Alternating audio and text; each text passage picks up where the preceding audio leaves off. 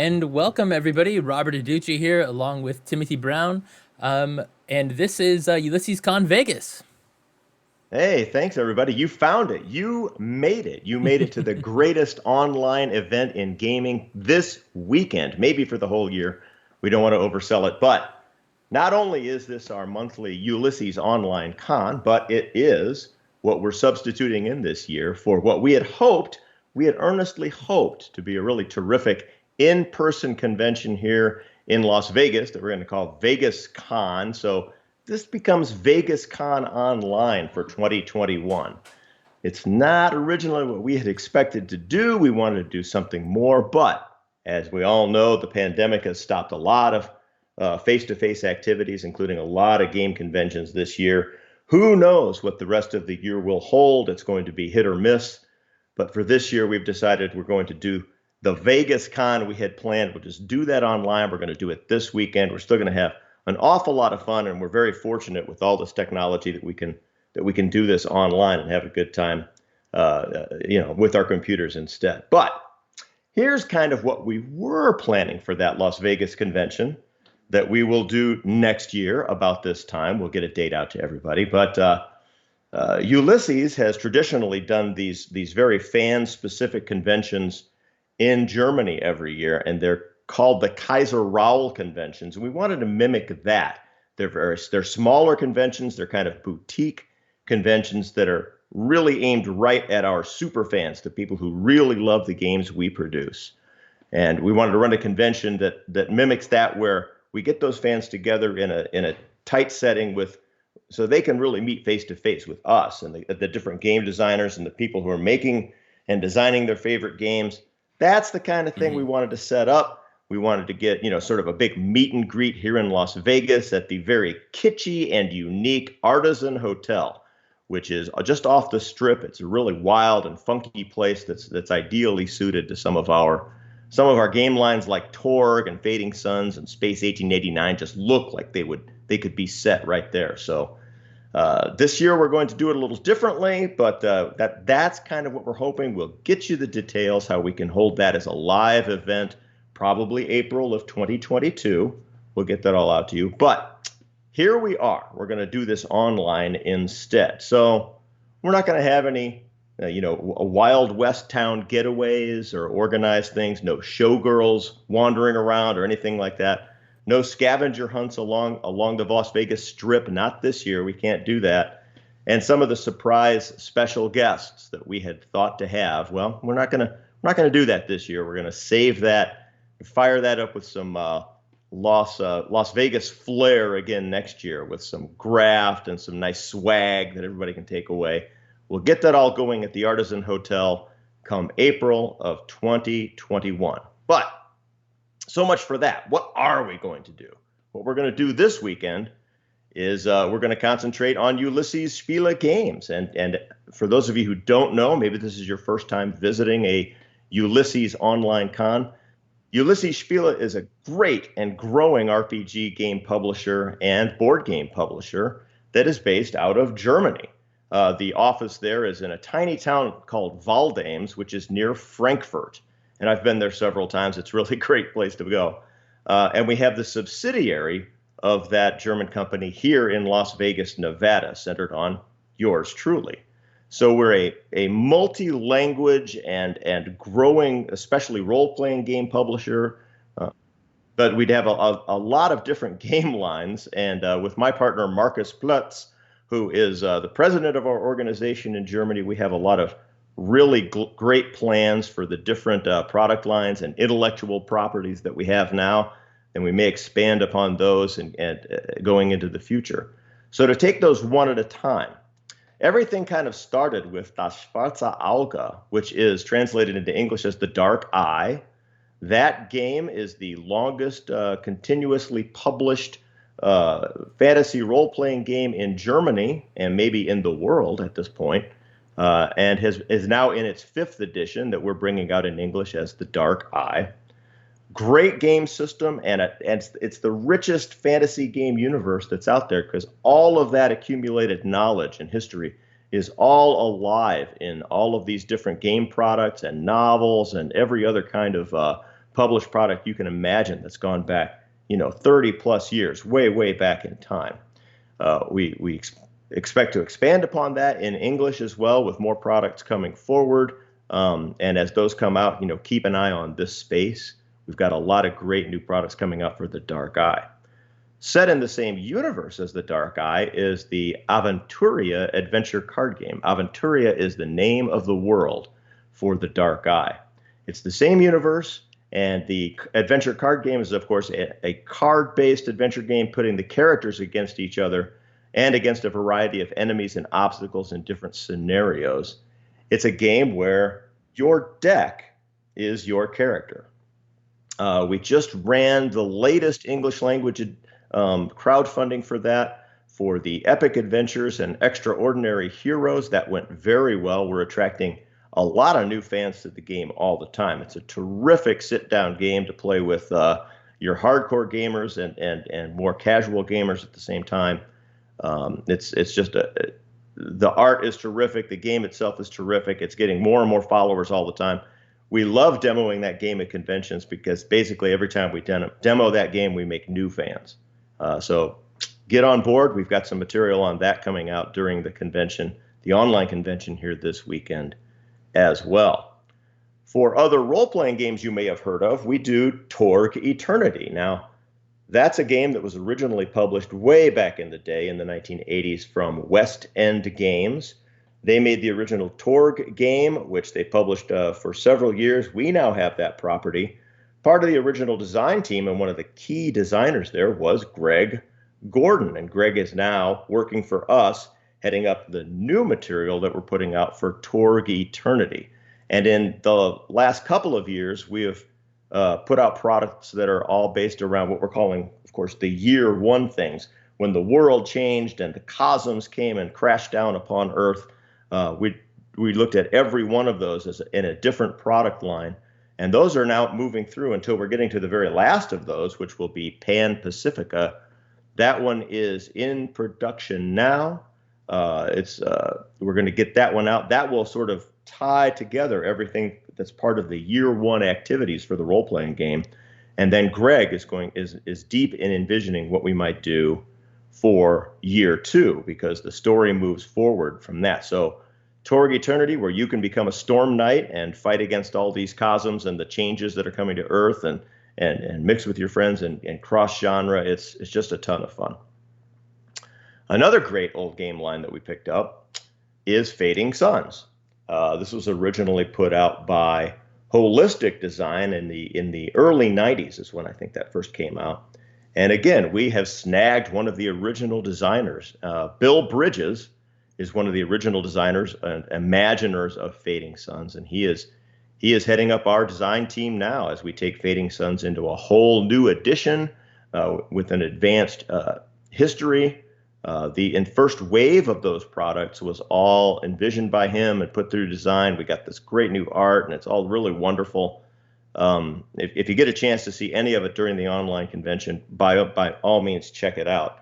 We're so proud of those products, but what we're not happy with, of course, is that the pandemic has slowed their release, and especially transportation issues have made it difficult for us to get those first wave products out into everybody's hands who had backed the project. We apologize for that. We're catching up as fast as we can. And we, of course, want to make that happen because we have the whole second wave ready to hit production. But, of course, our promise to you is we're never going to move forward to the next wave of products before we've got the first one in everybody's hands. So, but Fading Suns is just, it's a remarkable sort of almost a Three Musketeers in space sort of science fiction setting. And Bill has done a wonderful job bringing all of that together. So we're very excited to talk about that during the online con as well. Many of you are familiar with the Myth game that was put out by MegaCon Games a few years ago, and know that we have been working in earnest to not only taken over that game, but we want to catch up on the fulfillment that many backers missed out on from the original edition. And you know that we are working to get all those miniatures out and all of the other paper products that people didn't get fulfilled, especially from the Journeyman set of those original backers. Keep an eye on the convention here. are well on our way to getting all of that fulfillment taken care of. So we're going to catch everybody up on the things they didn't get from the original Myth game. And once that's done, we're going to come out with our own new edition of that terrific game, and we're calling ours Myth Dawn of Heroes.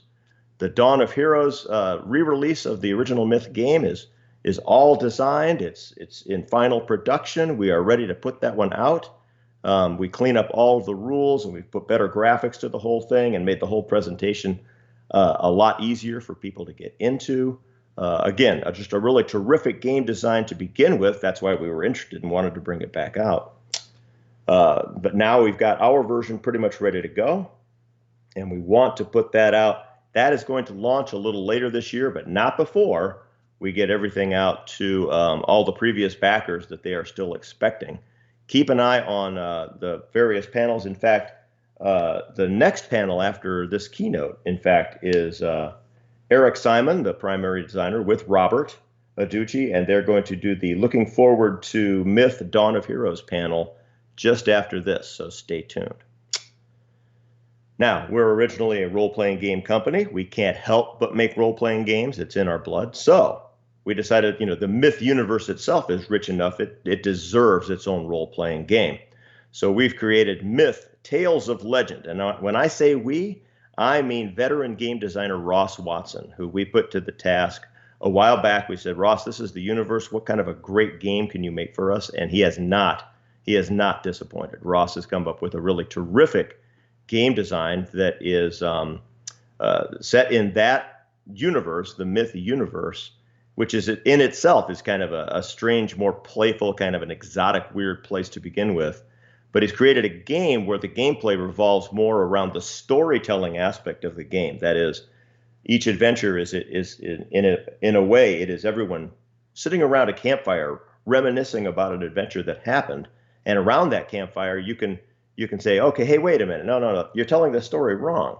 That's not how we defeated those goblins. And you can go back and redo that part of the game and play it out in a whole new way. The whole campfire scheme and setting really puts a new twist on the game itself. So definitely worth looking at. We've got a panel on that Ross is having later in the convention as well for Myth Tales of Legend. One other property that we've picked up, and I'm very excited about this personally, is Space 1889. That was originally put out in the late 1980s by Game Designers Workshop, and yours truly even had a limited hand in making that all come to life. But now we've turned that particular game and that universe over to our veteran game designer, Daryl Hayhurst, who is massaging that and updating the Space 1889 game and universe to create something that is really truly our own. And he's already got his alpha playtest version together that I've dug into just recently. It's very exciting. We've got a lot of terrific new art and new approach, and what Daryl has done. If nothing else, now you can actually play Martians, and you can play the different races in there that you couldn't do before. But we're working with the original designer, Frank Chadwick, to create something new and exciting and different. Space 1889 is going to have, right now we're planning it to have a pretty heavy miniatures focus, and we're going to have ether flyers and all kinds of other great toy value when we finally get this together. But that is moving along, and I'll be joining Daryl Hayhurst for a panel about Space 1889 here coming up just pretty soon. I guess that's tomorrow night. So yeah, that will be tomorrow. So it looks like I'm over talking my time, but we want to say that in addition to everything else, we're doing a lot more with virtual tabletop as we go forward. We want to be a premier publisher and role-playing game company in that arena as well. So there's a lot going on. Definitely check the schedule out during the convention here this weekend.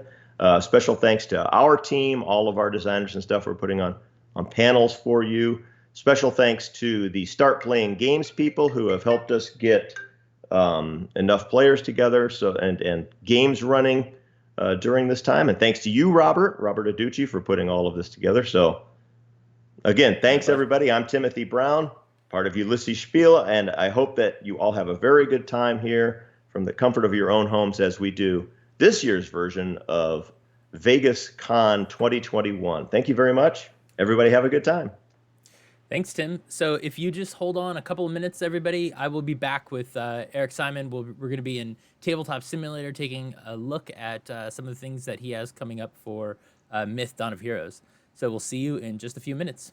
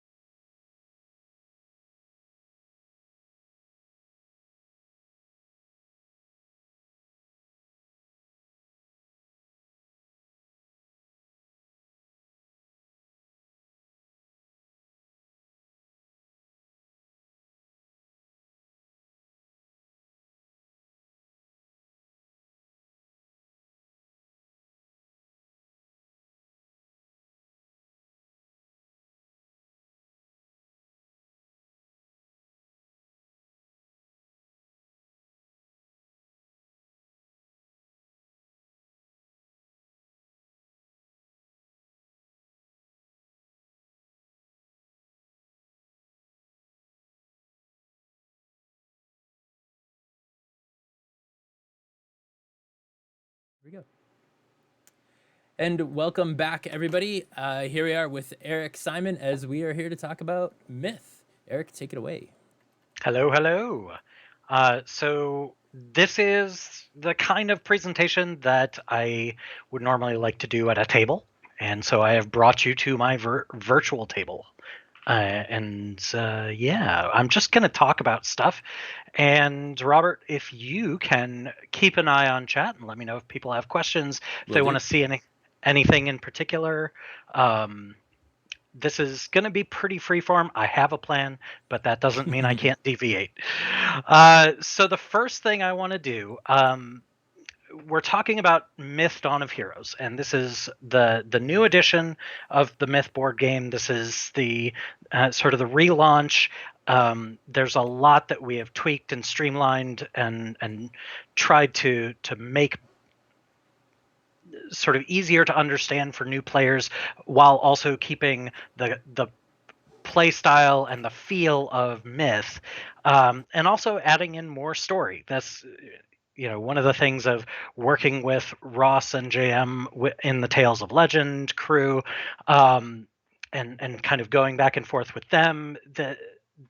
There's a lot of kind of open world in the Myth background, so this world of Myth already exists and it's already got a lot of cool stuff in it, but Brian and the other original creators really did something awesome for us, which is they left a lot of empty spaces, and so they had ideas of some of the kinds of things that would fill those spaces, and we're definitely tapping into those, and we've definitely brought a lot of that into especially this first release that we're working on.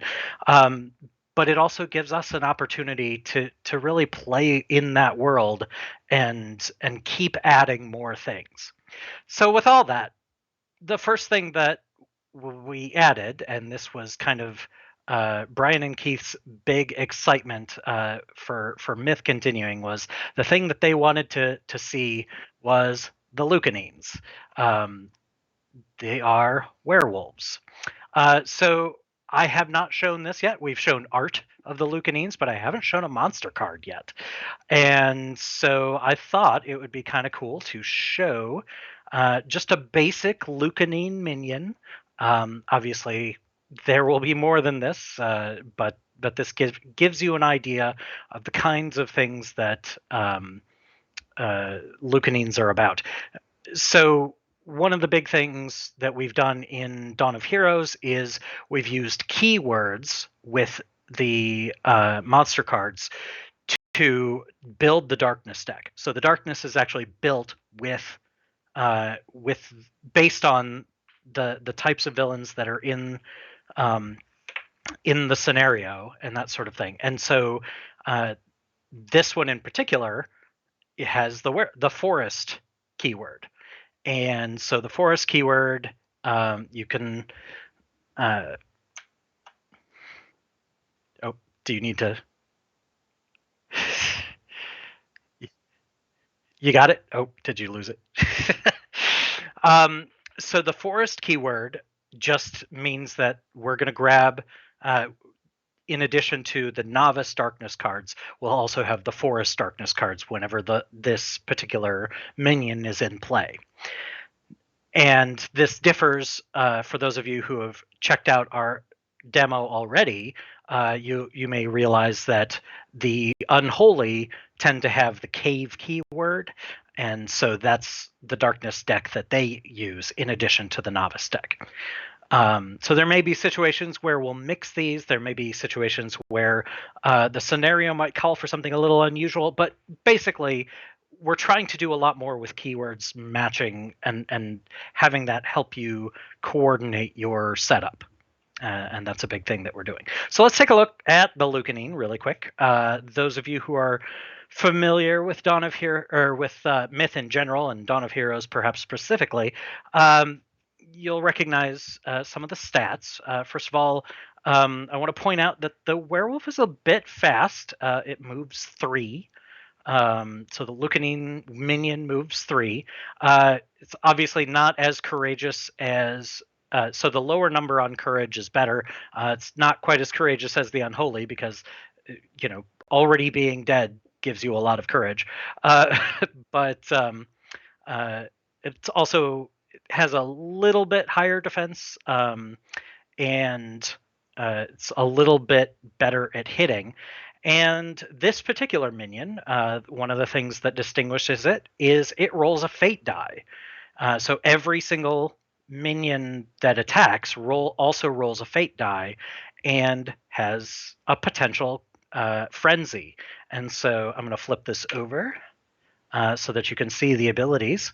And so frenzy just says this attack gains +1 damage. So when Lucanines hit, they're mostly going to do 1 damage like a normal minion that you would expect, but every once in a while they're going to do 2. And so they can be a little nasty that way.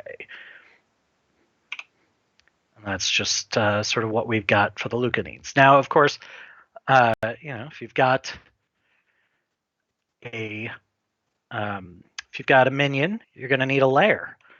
And so this is one of the things. Many scenarios have spawning locations on the board, but also if you're playing a more freeform version of Myth, Dawn of Heroes, you'll need lairs because that's where things tend to spawn from. And so this is the art for the Lucanine lair. So this is what the token would look like. How are we doing so far? Any questions? Nope. Tanuki says I bought this game from the first Kickstarter. Excellent. Well, we hope to bring you back. We love that you're here listening to us. So if you were there for that first Kickstarter, you may remember that the original Myth also had some traps, and we're bringing back a lot of the traps. But there were a couple where I look at the art for the tokens and I'm a little confused. So one in particular that I wanted to update was the Dragon Breath trap. And so this is the new art for the Dragon Breath trap token. This is a thing that sits in the middle of the room and shoots fire in all directions. That's real cool. Yeah. Like you do. One of the other things that we've updated, because the original myth was very focused on the idea of tiles, and that transitioning from one tile to the next was a big deal. We don't quite have that in Dawn of Heroes. So, for instance, if you look at the demo scenario, of course, there may be tiles where, hey, there's a 6x6 and there's 2 tiles next to each other, or even there might be 3 in a scenario, and they're just all making a bigger room, and it's not there's no change in the game when you move from one tile to the next. So when we do freeform, we wanted to bring that idea of transition back a little bit, and so that's why we have the doors. And if you've watched our Ulysses World news from a couple weeks ago when I was on, I showed the art for these doors, and I just kind of wanted to show a little bit more of kind of giving the semi-physical idea of picking one up. But you'll notice that each one has a standard door on the back. So we have these 6 different types of doors, and of course those correspond to the 6 different fate symbols. And the idea here is that you would randomize them, you'd shuffle them up, and you would put one on the way to your next tile. And then when you get ready to open the door, you find out, oh, it's brambles. That means we're going to take some damage going through it unless we make a good nature roll. So most of these have some sort of skill roll attached to them, or they have some... these 2 are a little bit special. The Sacred Arch and the Shadowy Path have sort of game effects. So the Shadowy Path actually passing through it increases the darkness meter. So that's a little distressing. And the Sacred Arch is kind of the opposite. It is always open, but prevents creatures of the darkness from passing through it or activating on the other side of it. So it's actually a good way to peer through into the next room without having to worry about it. But each of these will have a different game effect, and that's mostly going to be used for freeform. But again, this is something that we can throw into a scenario quite easily. We do have a question from the chat. Nico de Jour asks, "Will this integrate with the original game, or will it be more standalone?" So I've done some articles about that in the past that go into more detail. But the idea here is that this is a new edition. There will be a conversion document for sort of transferring from one to the other. And I'm going to talk a little bit about that later in this chat, especially because there's some different things that do translate very easily and some that don't. The main thing I will say in the conversion document is, so we have the hero decks, and these are probably the thing other than the rules that got the most tweaking. So the individual hero cards and the rules of sort of how cards are played and how actions are done. That's the most drastic change. So the idea there is you can take most of these components, and I'm currently working on the conversion document to go back and forth between Classic Myth, as I call it, and Dawn of Heroes. And almost everything, so tiles, the doors, the traps, the monsters, there's pretty easy conversion for most of those things. Like there are some tweaks. The way that monsters interact with the darkness deck, for instance, is definitely a difference, and that's going to be a bit more of a guide. But a lot of it is really easy to transfer. However, what I will say is you should not mix hero decks from one with the other, and you should always play the rules that match your hero decks. So pretty much everything else, we're going to have, as we develop new monsters like the Lucanines, if you're a classic myth player, there are some differences on this monster card, and especially with the conversion document, you'll be able to see pretty quickly how, if I own these werewolf miniatures, for instance, I can play them in classic myth, no problem.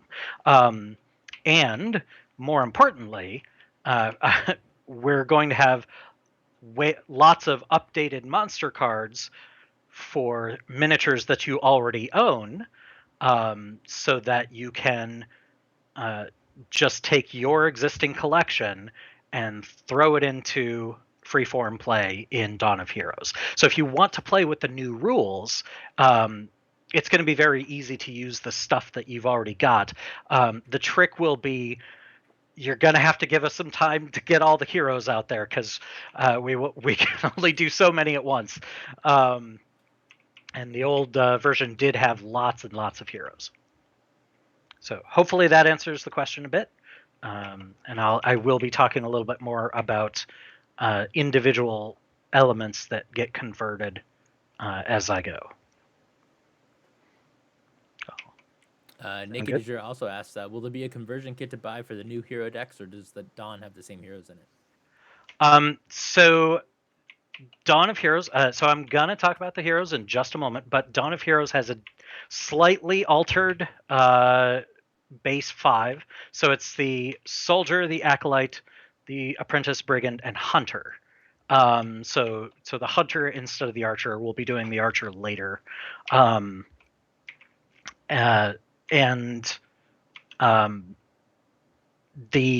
will not be selling individual conversion kits. The idea there is, honestly, because of all of the component updates that we're doing, the conversion kit is really just the game. That's one of the reasons that we are trying to do a different mix of miniatures. So this one has the Unholy and some Lucanines in it, and then we'll have other monster packs alongside that, so that you don't have to, for instance, buy a bunch of grubbers again, because you've got plenty if you already own classic myth. And that's something that we're trying to do as much as possible. So the main box is not going to be jam-packed with miniatures. It's going to have a decent number of miniatures. It's certainly going to be enough to start a game for just starting out. But the people who are moving their collection from Classic to Dawn of Heroes, we didn't want to have too much overlap there. And so that we're trying to develop ways that the stuff that you might overlap is stuff that hopefully you won't mind as much, because it'll be the cool stuff. Not the ordinary things that you've already seen a bunch of times, if that makes sense. And then those ordinary things that you've seen a bunch of times but new players haven't, those will be available as separate packs. And then if you want, I will say this, if you really want to do a conversion without buying the game, we are planning on doing print-on-demand / PDF versions of pretty much all the paper materials. So you won't get some of the nice new components, but that is an inexpensive way for anyone to start to upgrade to the new system. Poking around the Solus over there. Yep. No problem. All right, so I think since there's definitely some curiosity about heroes, let's take a look at some heroes. Now, I just want to point out one important thing looking at the soldier here. So I actually imported versions of the sculpts. So there are now 3D sculpts for all the heroes in my tabletop simulator. And yours, in fact. If you already have this mod, I updated it earlier this afternoon. So you already have it. Yeah, that's cool. And if you don't have this mod for Tabletop Simulator, we'll be sharing that link later. So let's talk about heroes. If this is your first time looking at heroes, the first thing you'll notice is that the hero boards are a lot bigger. We wanted to have the hero board really include everything that you're going to need as a player. As an individual player, I need all this information. And so I'm going to be looking at all this, and yeah, this is all the information I could possibly need. The trick is, of course, being much bigger. We've had some people ask us, well, this seems just way too large. What about all my table space? I don't have a huge dining room table that I can just spread out on. And the answer to that is, well, most of this stuff you had to have out anyway. About the only real estate that's really been added is this area with the sort of art and the specific rules text for that hero.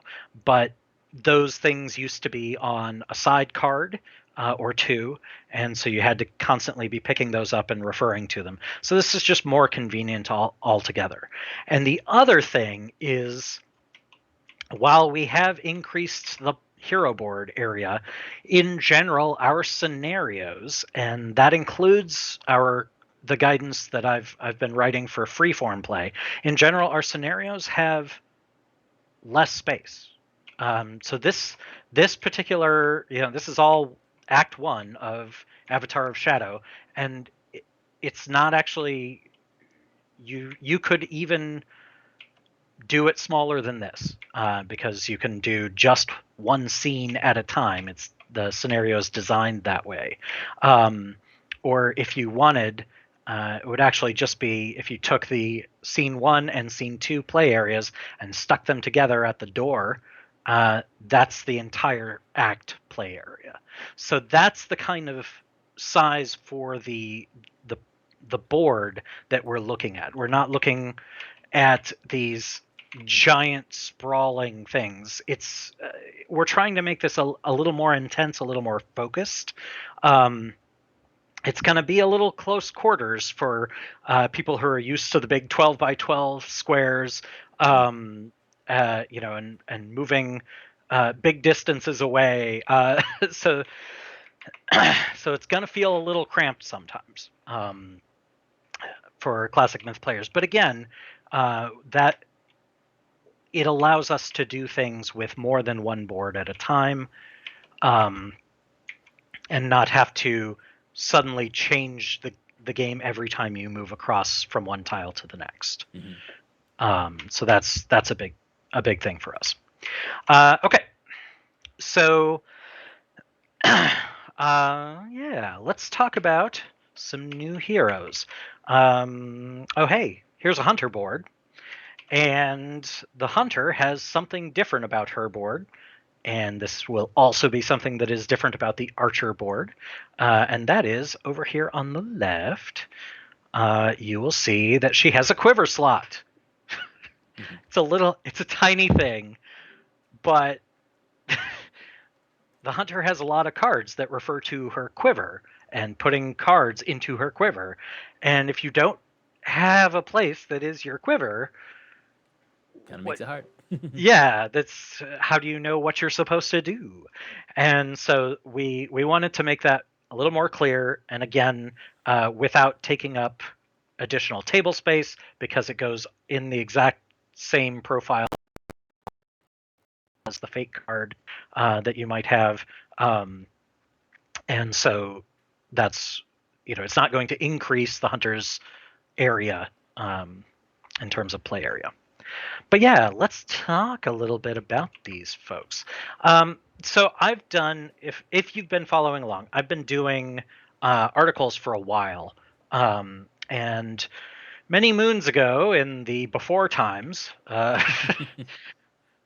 I did deep dive looks into the things that were changing for each of the heroes. And in particular, I want to talk about these three. So we've had demos available. If you go to DriveThruRPG right now, you can download, and if you don't want to use Tabletop Simulator, you can download the PDF demo for everything, including the Soldier and Acolyte decks. So you can try those out just in PDF or just read through them if you like. But haven't shown these three in a lot of detail yet. And so I wanted to take the opportunity to do that a little bit now. So let's take a look through the Apprentice Deck. And I'm just going to start pulling some cards out here. Give us a few things to look at. So the first thing that classic Myth players are going to notice is that there's only 2 stances as opposed to 4. Technically, there's 3, because the way that works is we now have undecided and cautious and aggressive. So undecided is where you default to at the beginning of the round, and then as soon as you commit to either cautious or aggressive, that's where you play your cards for the rest of the turn. And you would commit to one of those so that you could get bonuses. So for instance, blink doesn't get you anything in either stance. So whether you're undecided or cautious or aggressive, blink always works the same. It's going to teleport you, and then you gain some EP, which are exertion points, after the teleport. And so that's going to allow you to move and do stuff. It's important because the apprentice gets to be a bit of a turret. He doesn't get to move a lot. Did you remind me? Did you play the apprentice when we did our playtest in Vegas? I don't remember. That was forever ago. Okay, no problem. So yeah, now some things, once you've committed to them, will prevent you from playing certain cards. So you want to look at your hand and plan ahead. Am I going? If my threat is too high, I might want to play Breath of Heroes at cautious, but then I've got Leech sitting in my hand and I cannot play it because there's a null symbol. Oh yeah, we have a new null symbol. It used to just say no, but our art department, specifically Mike, was getting fed up with that and wanted to put something in there. So that null symbol indicates that you cannot play that card in that stance.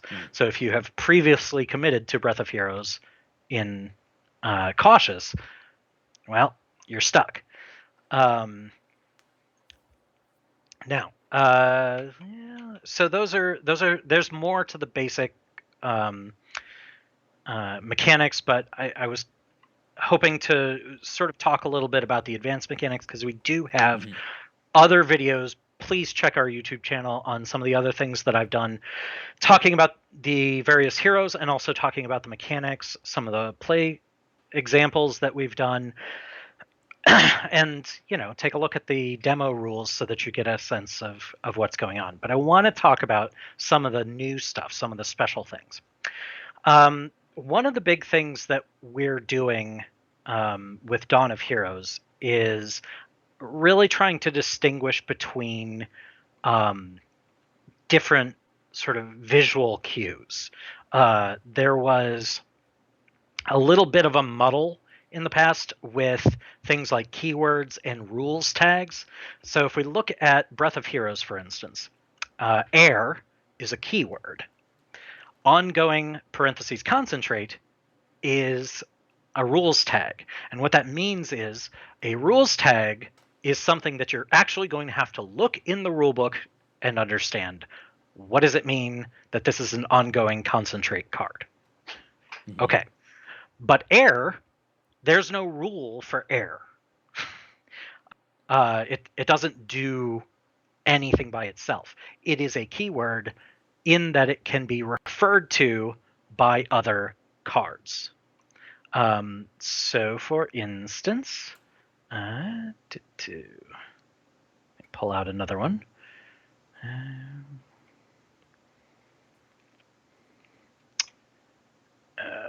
I'm trying to find one that's specifically air, but yeah, I'll just haul out this one. So Arcane Lance. So you might assume that there are things that have earth as a keyword. So when you look at Arcane Lance, this has arcane and fire, as well as drain, which I'll get to in a second. And this also says for each earth card in your action spaces, attack one additional target within range. So a lot of how the Apprentice has shifted is that there's now this sort of elemental interaction. A lot of the cards will generate elements, and some of them will use specific ones. And trying to find the right balance of that is going to be tricky. So the Apprentice is a little bit harder to play, and that's frankly because he was overpowered in the past. So we wanted to keep that sense of, yeah, you're still just an amazing glass cannon, but it's also taking a little bit of maneuvering to get things working exactly the way you want. Go into the deck. So if we look, for instance, at the actual board, let me move the others aside. Yeah. All right. So here we have that drain mechanic. So once again, the drain is not a rule. It's just a keyword. But then right here on the Apprentice's board, you see how drain works.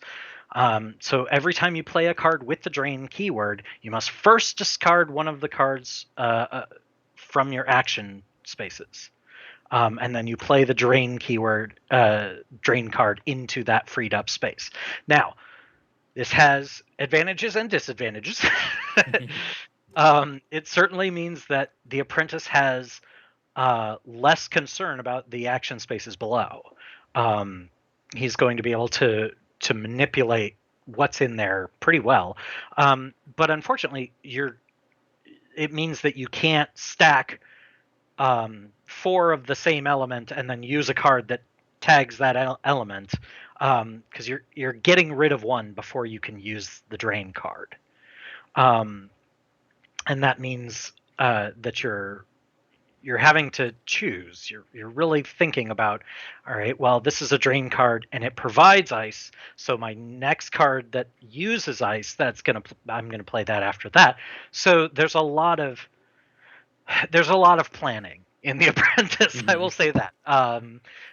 And you can just play it willy-nilly. But this is one of those heroes where we wanted it to be easy enough to play. And you'd get the feel of the hero, but it's something that you can get better at. We want the idea that I can actually improve my ability to play this hero.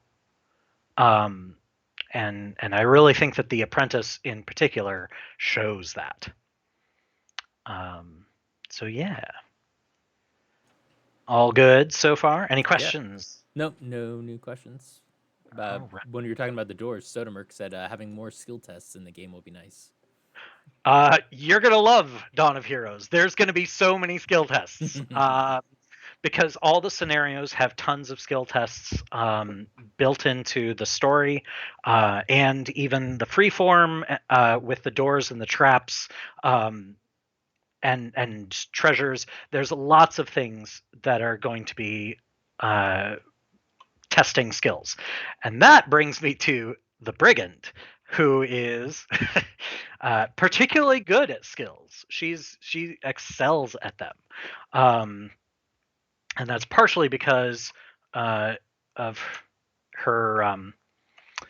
She has an additional item, the Rusty Nail, which lets her change Arcane into Guile. She also can change Rage into Guile, so she can get the Guile as much as she wants. Now, with the Brigand, we spent a lot of time really thinking about the shadows mechanic and also surprise a little bit because it's connected, but mostly trying to make shadows much easier to understand, and also flow a little better for the Brigand, because it was a little brutal in the past. The Brigand was one whose sort of core mechanic we wanted to power up a little bit rather than nerf, if I may say so. So when we're looking at the Brigand, you can roll a skill test at the start of the darkness phase. That's when you have to check to make sure you're still in shadows. That used to be a lot more frequent. And then there still is a random attack mechanic that can take you out of shadows. So you're not guaranteed to stay in shadows while you're attacking, but it's only if you roll a natural 1 on any of your attack dice. And so and you can intentionally reduce the number of attack dice you're using if you want. Basically, you're attacking carefully. Means you're less likely to hit, but again, some things you're probably going to hit, and you don't care about that as much. And then the surprise mechanics, the surprise cards, I'm really happy with sort of the tweaks that we've done to this. So the surprise card, hold on, get an example of a surprise. So here we have an attack that is a surprise.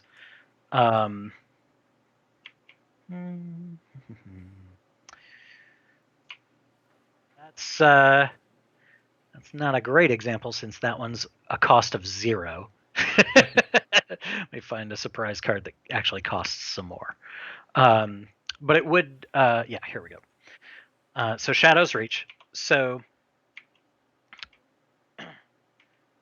if I play Shadow's Reach and the cost of this sends the darkness meter to 6, which would normally trigger the darkness phase is not triggered. And what's cool about that is if I then play Dirty Tactics afterwards, even though we're still at 6, I've played another surprise card, the darkness does not trigger. It is only when a card that is a non-surprise card is played after the darkness reaches 6 that the darkness cycle triggers. So and what's that includes other people playing cards. So if a different hero plays a card after my surprise card, now the darkness is going to go, because nobody but the Brigand can surprise. Nice. That's cool.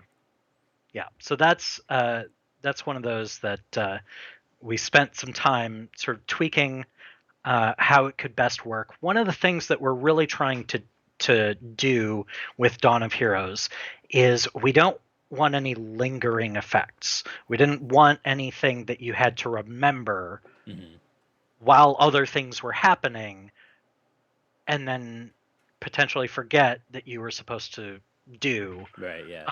So we want things that resolve when they resolve.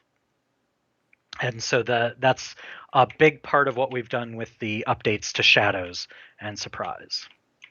And finally, we have the Hunter. So the Hunter has ammo. Ammo is pretty straightforward. She has cards that are ammo cards, and they go in her quiver. And she has ways during the refresh phase to move things from her action space to quiver space, and also she must use ammo to fire her melee weapon, or her ranged weapon. Sorry, which as starting is her stick and twine. Obviously, that's the starting thing, and of course, classic myth players may recognize that the stick and twine has a nature fate effect, and the hunter uses darkness. She's all about darkness, and she can change faith to darkness. So what's that about? Well, the hunter got the stick and twine from the archer, who is a nature-focused hero. And that's one of the things that makes the hunter a little harder to play, is that her weapon synergy is not perfect, like it is for some of the others. Mm-hmm. So let's take a look a little bit at some of the things that we've done with ammo. So this specifically says hunter's ammo. And one of the things that we wanted to do was to make different kinds of ammo. Now, when you're a novice hunter, I will say, you don't get different kinds of ammo. It's all pretty much the same. And there's reasons for that. It's just easier to deal with. But as you get additional cards, as your deck changes, and later when you take a journeyman profession, which is not in this base set, that'll be a future expansion. But there will be some other ammo in her upgrade cards in this base set. So different ammo will have different effects when you use it. But the important thing is playing ammo should let you also do things. So we gave ammo some pretty solid stance benefits. So if you're in cautious, it's going to give you 2 EP. If you're an aggressive, it'll let you draw another card, so you can move faster and get started more.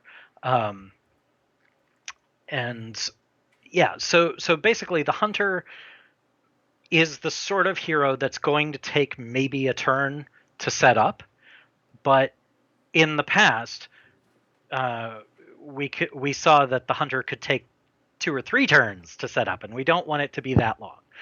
So hopefully now it's really flowing a little better. We put more ammo in the deck, and some other options for getting the ammo, and that's so there's just a lot that's been improved there. So yeah, I mean, there's a lot to talk about with all these things, and I just don't have that kind of time. So as much as I want to, oh yeah, by the way, there's also new monster cards for Nosferatu, and the first version of Bones. Notice this is Bones Newly Awakened, so this is not the final Bones. This is now another version of Bones that you will meet in an interesting adventure. I'll just say that it's an interesting scenario where you get to meet the newly awakened Bones. But yeah, that's all coming in the future, and I'm sure people have may have more questions, so I will hang out in Discord after this. But the important thing is, like I said, I updated the Tabletop Simulator mod earlier this afternoon. And so if you have already subscribed to that mod, then you should hop into Tabletop Simulator and check it out, because you'll see not only a little bit of preview art for the doors and these monster cards up here and these lovely 3D minis for all the heroes, but yeah, I've also put all of the heroes in the demo now. So Nice. if you want to take a closer look at all the hero decks and kind of see what we're doing with all of these, please check out Tabletop Simulator and take a look at this. Nice. Well, thank you, Eric. So in about 10 minutes, 15 minutes, I'll be coming back with Tayo, and we'll be talking about the Dark Eye. And then when that is done, Eric will be back with Ross, and they're going to be talking about some myth lore. And then following that, Ross will stick around with one of his writers for Tales of Legend, and they're going to talk about relics and sojourns and some other cool things. So definitely, if you're into myth, you'll want to watch all of these videos tonight. Tonight's the night. Tonight is the night, yeah. So thank you so much, Eric. We'll be seeing you in another hour. But as he said, also he'll be in the Discord right now. So if you want to go to the Myth channel in our Discord, and you can chat with Eric for a while. Yeah, absolutely. All right, thanks. We'll be back in about 15 minutes. Sounds good.